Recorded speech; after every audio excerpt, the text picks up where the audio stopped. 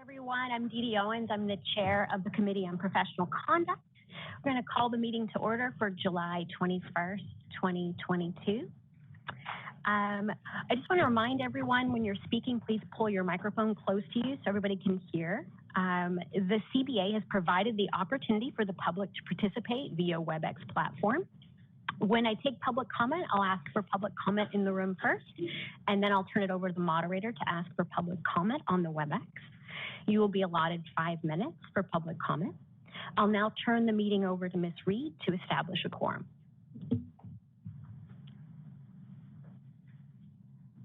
Nancy Corrigan. Nancy Corrigan, present.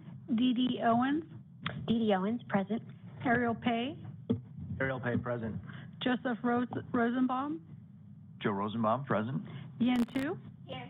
And Evangeline Ward. Evangeline Ward, present. We have a quorum. Thank you. The CBA's mission is to protect consumers by ensuring only qualified licensees practice public accountancy in accordance with established professional standards. This mission is derived from statutory requirement that requires the protection of the public shall be the highest priority for the California Board of Accountancy in exercising its licensing, regulatory, and disciplinary functions. Whenever the protection of the public is inconsistent with the interests sought to be promoted, the protection of the public must be paramount. All right, so I'll start with agenda item 1, public comment, not on the agenda. So any public comment in the room? Okay, I see none. I'll turn it over to the moderator for public comment. This is the moderator. The Q&A is now open. The instructions are on the screen for your reference. If you would like to participate, click on the question mark inside of a square, typically located at the bottom right corner of your WebEx screen, and type, "I would like to make a comment" in the text field and send it to all panelists.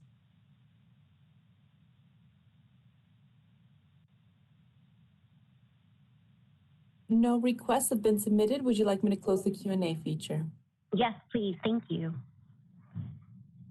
All right, I'll move to agenda item 2, approval of the minutes from the May 19th, 2022 Committee on Professional Conduct. Do I have a motion? Motion to approve.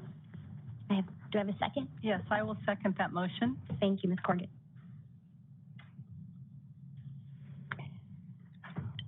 Any public comment in the room? Nope. I'll move to the moderator for public comment on WebEx.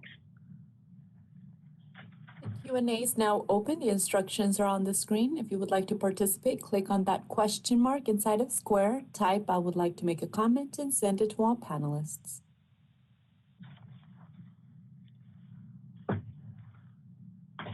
No requests. Would you like me to close the Q&A? Yes, please. Thank you. Ms. Reed, want to call for the vote? Nancy Corrigan? Yes. Dee Dee Owens? Yes. Ariel Pay? Yes. Joseph Rosenbaum? Abstain? Yen Tu? Yes. And Evangeline Ward? Yes. The motion carries. Great. All right, moving on to agenda item 3, discussion and possible action to approve legislation proposal for inclusion in the Sunset Review Report to amend business and professional code sections as noted in the agenda. Patrick? Thank you, Chair Owens.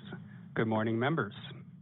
The Sunset Review process established by the legislature provides an opportunity for the legislature to review the activities of various boards and commissions within the Department of Consumer Affairs, including the California Board of Accountancy, and also provides an opportunity to propose legislative proposals that would assist the CBA in meeting its consumer protection mandate and benefit the CBA's operational activities. At the May 2022 CBA meeting, staff gave a presentation on the possible new issues to include in the CBA's upcoming Sunset Report, which are provided on page 2 of the agenda item. The attachments to this agenda item represent the next step in the process, which is presenting proposed statutory language for CBA review and approval. The only item from May which we are deferring is the proposed statutory changes related to peer review. This will be presented at a future meeting. I'll do a brief overview of each attachment, but Licensing Chief Michelle Sander and Enforcement Chief Dominic Franzella are here today to answer any questions members may have. Attachment 1 amends Business and Professions Code Section 5096.21 to eliminate references to the mobility stakeholder group. Attachment 2 amends Business and Professions Code Section 5070.1 to grant an individual with a permanent restricted practice order to be approved for a retired status license. Attachment 3 amends Business and Professions Code Section 5018, and Attachment 4 amends Business and Professions Code Section 5093B1A to remove references requiring physical mailings to and from the CBA. Attachment 5 amends Business and Professions Code Section 5093 and 5094 to update CBA references for educational accreditation agencies consistent with the Code of Federal Regulations. All the proposed statutory language has been reviewed by our legal counsel.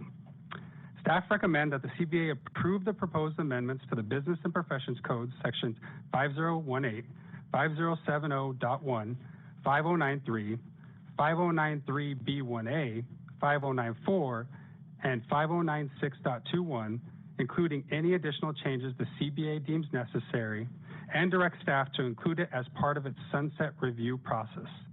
That concludes my presentation. I will now turn it back over to Chair Owens. Thank you. Any discussion from committee members? Okay. I actually do have one question about when, if this does move forward, when would it go into effect?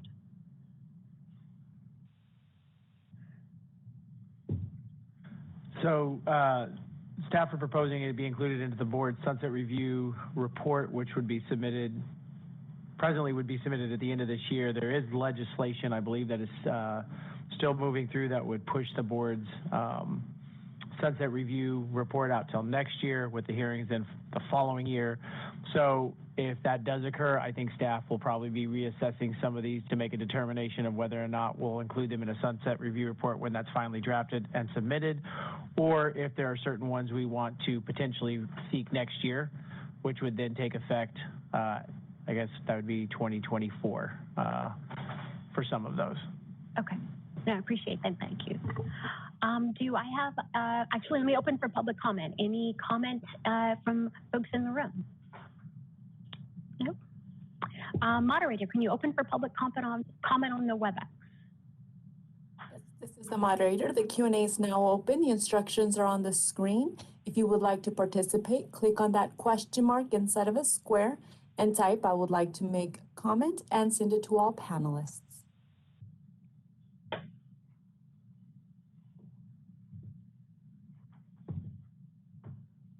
No requests have been submitted. Would you like me to close the Q&A?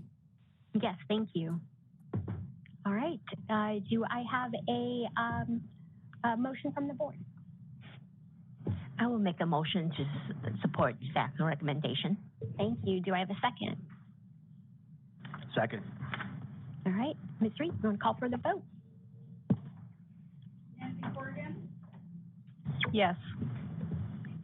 Dee Owens? Yes. Ariel Pay? Yes. Joseph Rosenbaum? Yes. Yen Tu? Yes. And Evangeline Ward? Yes. And the motion carries. Okay. Moving on to agenda item 4, discussion of policy issues regarding early entry to sit for the Uniform Certified Public Accountant Examination. Ms. Center? Thank you, Chair Owens. The purpose of this agenda item is to engage in a policy conversation that will inform the drafting of a rulemaking package pertaining to early entry for the Uniform CPA examination. Effective January 1, 2022, applicants were able to sit for the CPA examination prior to completing the CPA exam educational requirements. In order for them to be approved to do so, the applicant must be enrolled in a degree-granting university. The applicant must be within 180 days of completing the CPA exam educational requirements. And as a reminder, those educational requirements include a bachelor's degree or the equivalent in foreign education, 24 units of accounting courses, and 24 units of business-related courses. Additionally, those early entry applicants approved to sit for the exam must provide within 240 days of their application submission satisfactory evidence to the board that shows all of those educational requirements have been met. If an applicant fails to meet the timelines outlined in statute, it may result in the revocation of any CPA exam credit that they had received. Staff is seeking direction on 3 policy questions to be addressed in a future rulemaking regarding early entry. When discussing these issues, it is important to remember the requirements that I just outlined that exist in law. The first policy question is related to a certificate of enrollment. The question states, should the CBA require a certificate of enrollment to document that the applicant is enrolled in a university or college and to which courses the applicant is enrolled?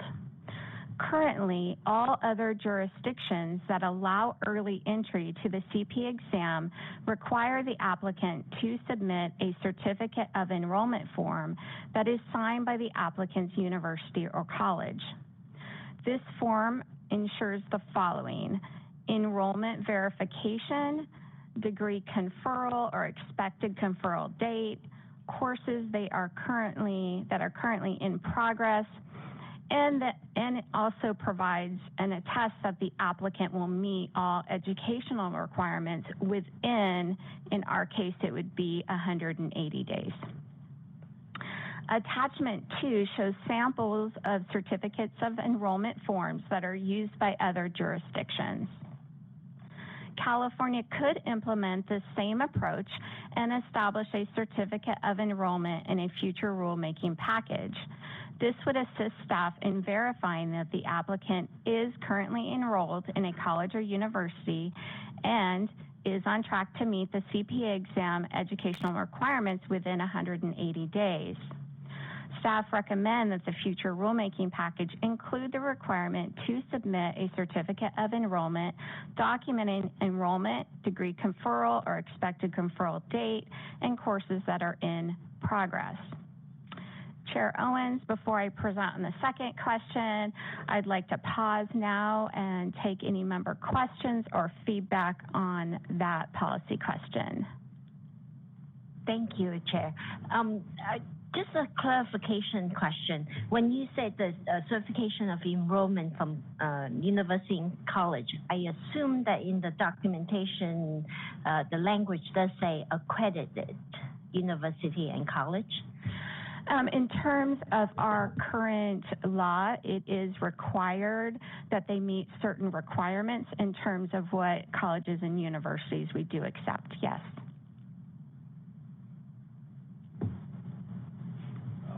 I have a question about what exactly what is accomplished by being currently enrolled in a university, as opposed to, say, taking the summer off to study for the exam and then completing your senior year? One, it's not really a policy question that's up for debate right now, because that is a requirement in our current law. I think that when we were several years ago when we were talking about this and the board sponsored this legislation, we were thinking about those students that were in those final months of completing their education and wanting to get them in the room to take that exam as close to them receiving the courses and instruction as possible. And I think that was part of the goal. If I may also add, because I actually noodled through the same thought when I was reading the materials as well. Mr. Aguilera, when he presented this morning, he mentioned when you are already out of school, you have a full-time job, you're working, having this ability allows you the time while you're still in school to do that and have the time to study, unlike those of us that probably had to do both at the same time. Any other member questions? All right, we'll move on to the next one. The second policy question is related to requiring transcripts or other foreign credential evaluations at the time of application submission. The question states, should the board require transcripts and/or foreign credential evaluations to document what courses and degrees, if applicable, have been completed at the time of applying for early entry to the CPA exam? As mentioned in the first policy question, the board will need some form of assurance that the early entry applicant is within 180 days of completing the educational requirements. Their certificate of enrollment form provides information related to the courses that the applicant is currently taking. However, the board could also require transcripts or foreign credential evaluations documenting completed courses.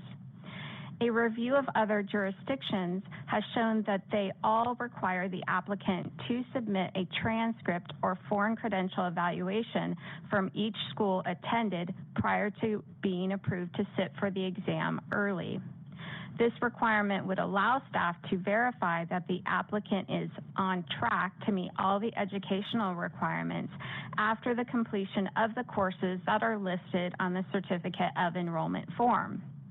Staff recommend that the future rulemaking package include the requirement to provide transcripts and or foreign credential evaluations documenting completing coursework and degree conferral, if applicable, at the time of early entry application. I will again pause here to take any questions on the second policy question before moving on. I do have a question. I think it is important to take a look at the transcripts. I'm just curious. I did review some materials, but what is the application pool? How much work would that be for the board to look at each person's transcripts to make sure they qualify?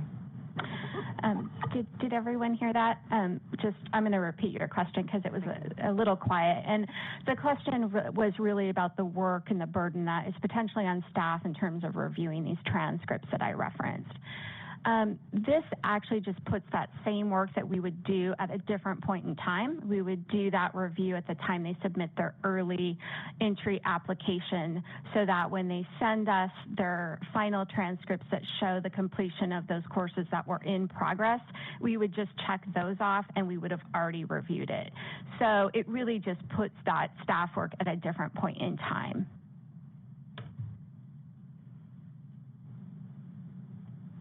Question is this two separate requirements then? One is the certificate of enrollment and what you're currently taking, and the second would be everything you've done in the past.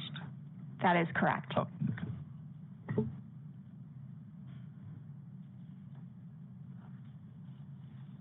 All right, I think we can go to the third item. Okay.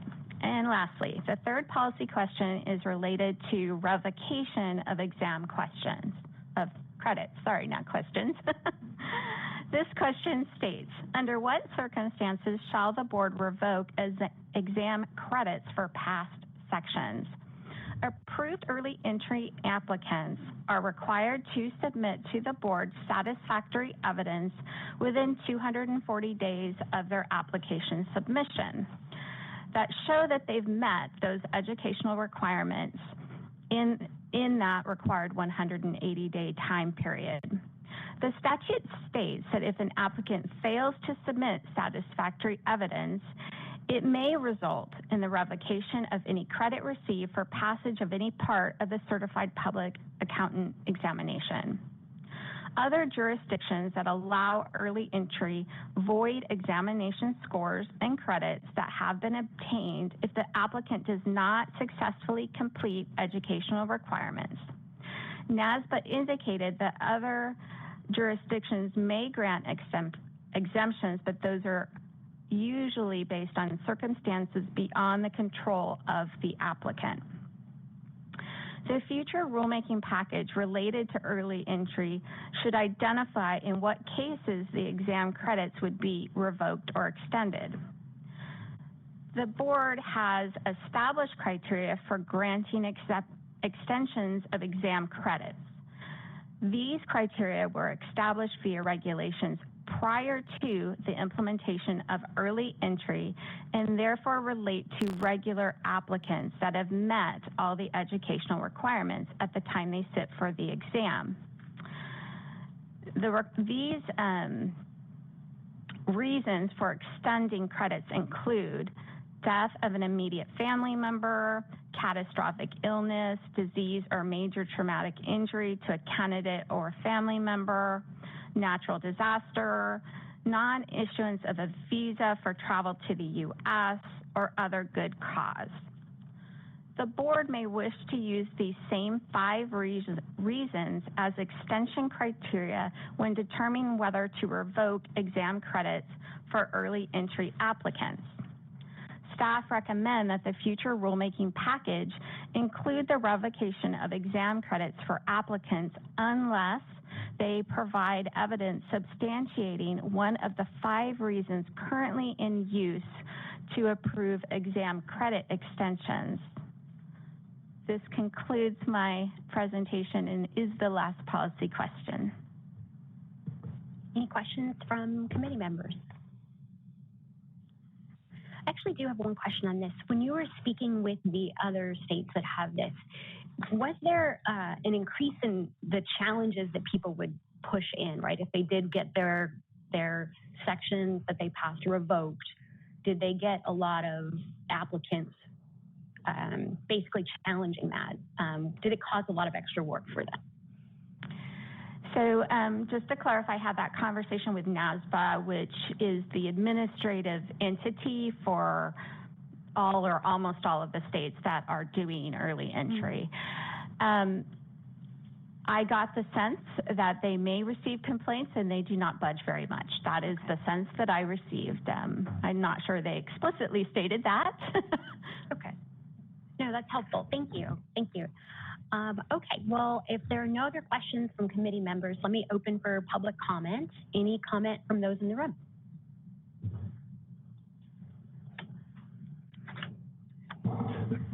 Mr. Fox.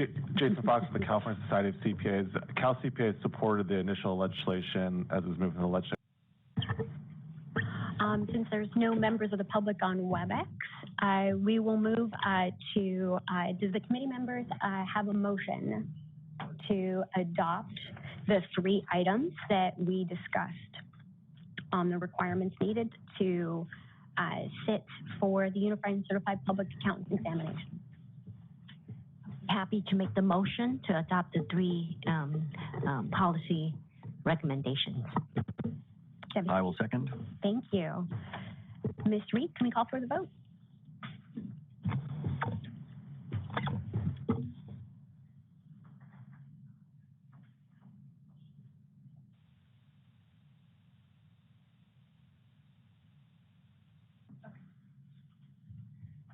So we'll open for public comment in the room. Seeing none. Any public comment? Moderator, could you open for public comment on the WebEx if anyone is joined? There are no members of the public in attendance at this time. Okay. All right. Thank you. You're welcome. All right. Ms. Reed, call for the vote. Nancy Corrigan? Yes. Dee Dee Owens? Yes. Ariel Pay? Yes. Joseph Rosenbaum? Yes. Ian Tu? Yes. And Evangeline Ward? Yes. The motion carries. Thank you. All right, we'll go on to the last item, which are there any agenda items or recommendations for agenda items for the next meeting? No? Okay. And then I guess we move to adjournment. Thank you so much.